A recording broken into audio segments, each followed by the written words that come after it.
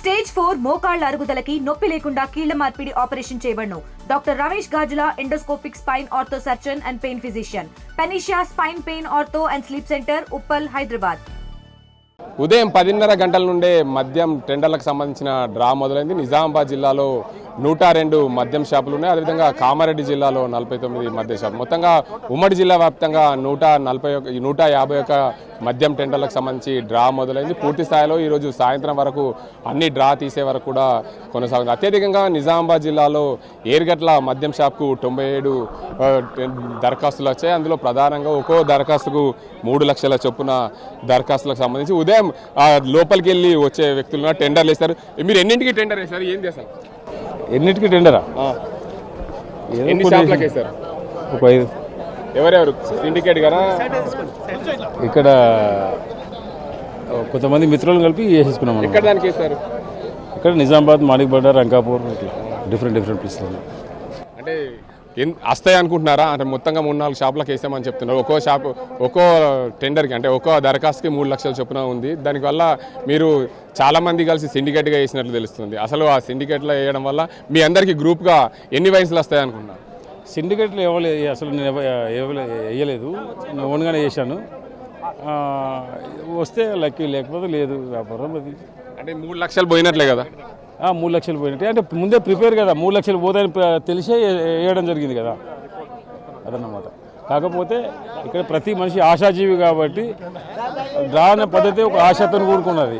వస్తుందని మన ఆశ ఎక్కువ ఉంటుంది కాబట్టి ప్రతి వచ్చిన దాకా కూడా ఆశ వస్తుందని ఒక దృక్పథంలోనే ఆలోచిస్తారు కాబట్టి అది జరుగుతూ ఉంటుంది. అంటే ప్రధానంగా ప్రతి ఒక్కరికి ఆశాజీవి కాబట్టి మీరు మద్యంలో 3 లక్షలు పోతే పోయినాయని చెప్పి టెండర్ వేశారని చెప్తున్నారు.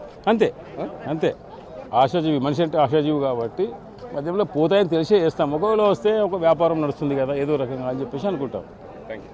మొత్తంగా చూసుకోవచ్చు, నిజామాబాద్ జిల్లాలో సుమారుగా ఏదైతే 102 మద్యం షాపులకు సంబంధించి ఇక్కడ డ్రా ప్రక్రియ జరుగుతుంది. దీనికి అందరికి సంబంధించి చూసుకోవచ్చు, ఉదయం నుండే 10:30 గంటల నుండి ఇక్కడికి క్యూ లైన్లో పట్టి అందరూ కూడా దరఖాస్తు చేసుకున్న వారందరూ కూడా వారికి ఐడి కార్డులు ఇస్తున్నారు. ఐడి కార్డు ప్రకారమే వారిని లోపలికి అలో చేస్తున్న పరిస్థితి. ఐడి కార్డు లేకుంటే వారిని లోపలికి అలో చేయని పరిస్థితి నెలకొంది. మొత్తంగా మరికొంతమంది అయితే దరఖాస్తులు చేసుకున్న వారు ఉన్నారు. వారి పరిస్థితి ఎలా ఉంది అసలు వారిని అడిగి తెలుసుకుందాం. అసలు చెప్పండి, మీది ఏ ఊరు నుండి వచ్చారు? ఎక్కడే సార్? మేము అంగాపూర్ నుండి వచ్చాము. మా పేరు గణేష్ అండి. మేము మొత్తంగా 5 షాపులు కలిపి వేసాము గ్రూప్లో. అయితే మాకు దేవుడి దయ వల్ల ఒక షాప్ వచ్చింది. ఎక్కడిది? గుపెన్పల్లి, షాప్ నంబర్ 23. మా గ్రూప్లో ఒక షాప్ వచ్చింది, మిగతా పోయినాయి. ఒకటి వచ్చినా మేము సంతోషమే. ఏదో కొద్దిగా వ్యాపారం చేసుకోవచ్చు అన్న ఆలోచనతోటి మేము ఉన్నాం. చూడాలి దేవుడి దయ. అంటే ప్రభుత్వానికి మీరు అందరు గ్రూప్గా వేసినప్పటికీ కూడా 4-5 షాపులకు వేసినప్పుడు ఒకే షాప్కి వచ్చింది అన్నారు. దాని వ్యాపారం సాగించుకునే దిశగా మీరు నడిపిస్తామని చెప్తున్నారు. అవును, ఖచ్చితంగా అదే పని చేద్దాం అనుకుంటున్నాం. వ్యాపారం సాగించుకుంటే మేమంటూ ఒక పని ఉంటుంది కాబట్టి. మొదటిసారిగా మీరు టెండర్? ఇది ఫస్ట్ టైం మేము వేయడం. ఇదే ఫస్ట్ టైంలోనే మాకు ఒకటి పలికింది. సంతోషం. మేము ఇద్దరం పార్ట్నర్లము. మేము ఒక 4 కలిసి వేసినాము.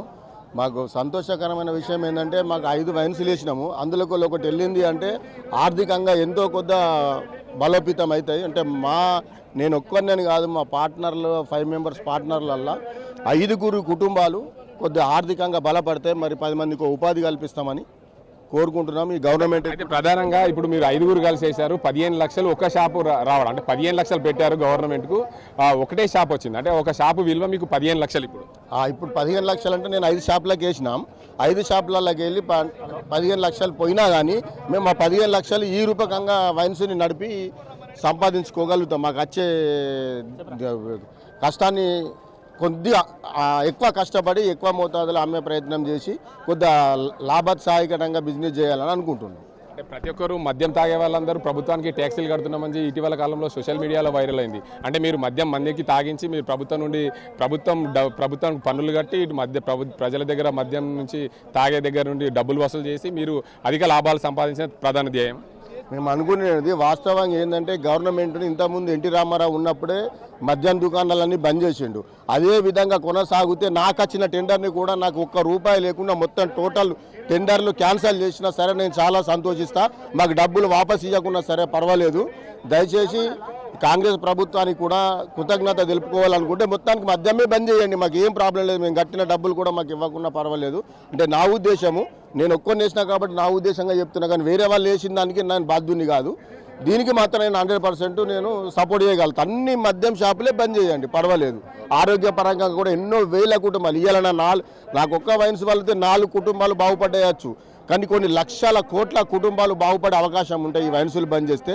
దీన్ని కూడా గవర్నమెంట్ కొద్దిగా దృష్టిలో పెట్టుకొని కొద్దిగా తక్కువ చేసుకుంటా పోతే, ఒక్కసారి బంద్ చేసినా కానీ పబ్లిక్ రోడ్ల మీద పడి అల్లకల్లోలం అయిపోతుంది.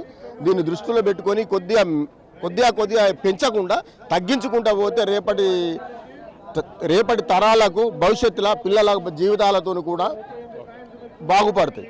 Thank you. మొత్తానికి చూసుకోవచ్చు, ప్రభుత్వము ఉదయం 10:30 గంటల నుంచే మద్యం టెండర్లకు సంబంధించి డ్రాలు తీస్తున్నాయి. కొంతమంది అయితే మేము గ్రూప్లో అన్ని టెండర్లు వేసాము, ఒక 5గురం కలిసి టెండర్లు వేసాము. ఒక 5గురికి కలిసి 5 వైన్స్లకు వేసినప్పుడు మాకు ఒక వైన్స్కి వచ్చింది. ఆ వైన్స్ విలువ సుమారు ఇప్పుడు మాకు 15 లక్షలు అనుకుంటున్నాం. ప్రధానంగా ఏదైతే ప్రభుత్వము టెండర్ల ప్రక్రియ మొదలుపెట్టింది, టెండర్ల ప్రక్రియ మొదలుపెట్టినప్పుడు అత్యధికంగా టెండర్లు రాలేవని చెప్పి మరికొంత గడువు విధించింది 23వ తేదీ వరకు. 23వ తేదీ వరకు గడువు విధించినప్పుడు నిజామాబాద్ జిల్లాలో సుమారుగా 2784 మద్యం షాపులకు మొత్తంగా టెండర్లు వచ్చాయి. ఈ టెండర్ల వల్ల సుమారు ప్రభుత్వానికి నిజామాబాద్ జిల్లాలో పైచీలకు, అదేవిధంగా కామారెడ్డి జిల్లాలో మొత్తంగా ఉమ్మడి జిల్లా వ్యాప్తంగా సుమారు 130 కోట్ల ఆదాయం ప్రభుత్వానికి వచ్చిందనే చెప్పవచ్చు. ప్రధానంగా నిజామాబాద్ జిల్లాలో 83 కోట్లు, అదేవిధంగా కామారెడ్డి జిల్లాలో సుమారు 40 కోట్ల రూపాయలు ప్రభుత్వానికి మద్యం టెండర్ల ద్వారా ఆదాయం వచ్చింది. ఏదేమైనప్పటికీ రాష్ట్ర ప్రభుత్వము లిక్కర్ ద్వారానే ప్రధానంగా ఆదాయం కాబట్టి లిక్కర్ ద్వారానే ఆదాయం సంపాదించుకుని ఒక్కో షాప్కు ఒక్కో టెండర్ ద్వారా 3 లక్షల రూపాయలు స్వీకరించి, దానివల్ల అత్యధికంగా నిజామాబాద్ జిల్లాలో చూసుకుంటే ఏర్గట్ల వైన్స్కు సంబంధించి చూసుకుంటే 97 దరఖాస్తులు వచ్చినాయి. దాని తర్వాత వేల్పూర్, దాని తర్వాత ఇతర వైన్స్లకు కూడా అత్యధికంగా టెండర్లు రావడం జరిగింది. దీనివల్ల ఉమ్మడి జిల్లాలో సుమారు 130 కోట్ల పైచీలుకే ప్రభుత్వానికి మద్యం ద్వారా ఆదాయం వచ్చిందనే చెప్పుకోవచ్చు.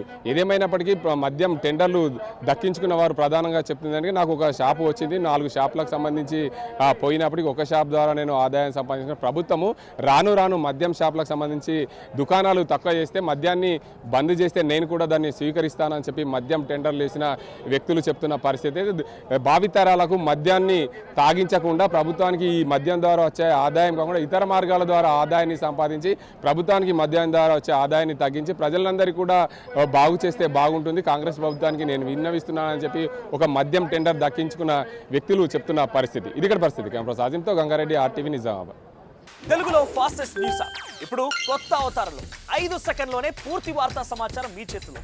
సోషల్ మీడియా ట్రెండ్స్ మీ కళ్ళ ముందుకే live TV and voice search ఆప్షన్స్తో ఇప్పుడే డౌన్లోడ్ చేయండి. యాప్ లింక్ డిస్క్రిప్షన్లో ఉంది.